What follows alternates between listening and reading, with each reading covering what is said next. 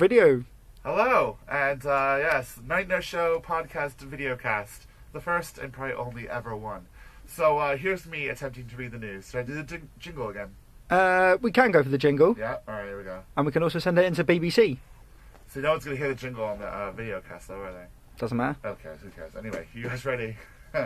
A funeral firm on Merseyside has apologized to two families after a mix-up led to the wrong man being buried. The funeral went ahead at Frankby Cemetery in Wirral, even though the vicar pointed out it was the wrong coffin. I feel like a fucking idiot.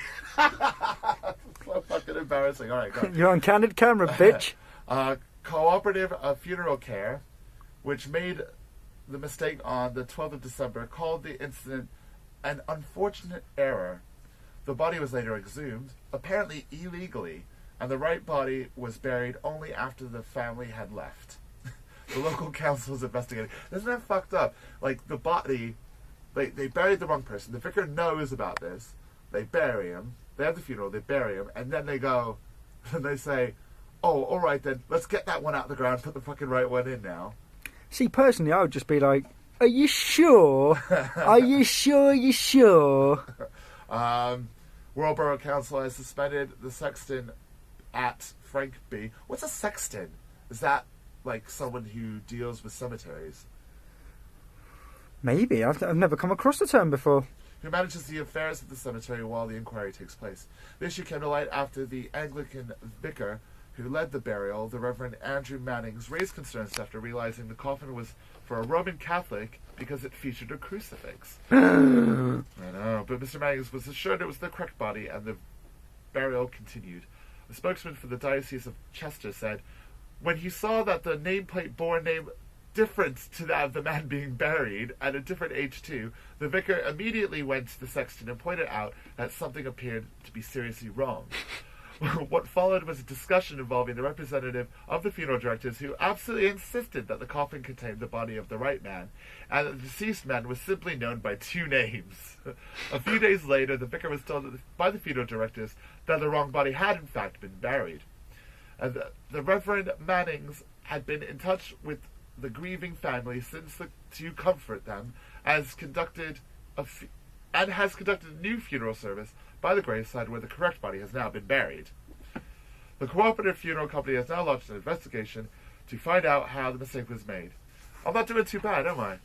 Not too bad. Yeah, this not is too right. well, but not too bad. Oh, well, fuck. Do you want to carry on with the whole of the news, or? Do you want to do the next story real quick? Yeah. All right, then. Here's the jingle that you can hear on the videocast.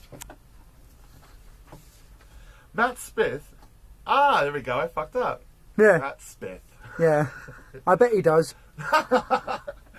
Matt Smith. Well, I had to think he got the job. Matt Smith has been named as the actor that will take over from David Tennant in the Doctor Who, making him the youngest actor to ever take on the role. Well, you know what? You know what I think of this? Who fucking cares? Doctor Who doesn't. Well, to be honest with you, Matt Smith... Are we going to go forward with this? Go on. What do you mean, are we going to go forward with this? Is that what you say every time the camera's on you? It's a shit news story. Doctor Who shit. But, like, everyone went mental. The whole internet went fucking mental. Who cares? Who gives a fuck? Bruv, the internet is there for one reason. To moan. For douchebags to moan about things like that. Shall I... Is this a rap? Shall I say cut? Or do you want to carry on? Do you want me to film you reading more? I got one more story to read. I could really fuck this one up. Are you sure? Because it's for our viewers here. Yeah, of course. Fuck, have we made the jump to television in the last 6 shows? I think we have. I think we could be fucking famous, Stefan. But you want to put an end to it. I do. Just like you're leaving home and you're taking the PlayStation. Oh, fuck you. All right. One more story. Okay, I'm up for stories. I like stories. News just in, Stefan's arm's getting a bit achy. Police say they're investigating the theft of Princess Beatrice's car in central London. A Metropolitan Police spokesman said officers were investigating the theft of a vehicle from the W1 area of the city on Wednesday afternoon.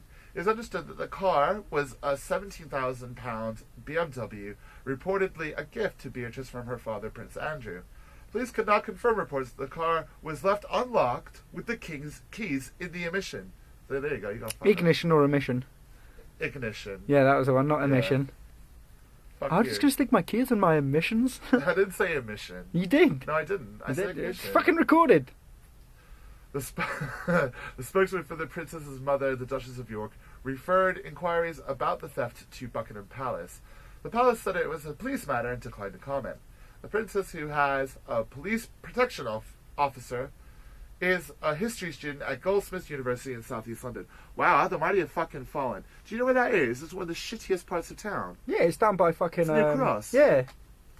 Before beginning university in September, she spent part of her gap year working as a personal shopper at Selfridges department store. Who cares? On London Oxford Street. Yeah, that's the they're news. all arseholes. They're all fucking arseholes. What, personal shoppers? No, just like... People that work at Selfridges. Just generally. The royal family. People. People generally. Goodbye for the first Night in a Show podcast. But I love you people, though. Take care, gang. We're signing out.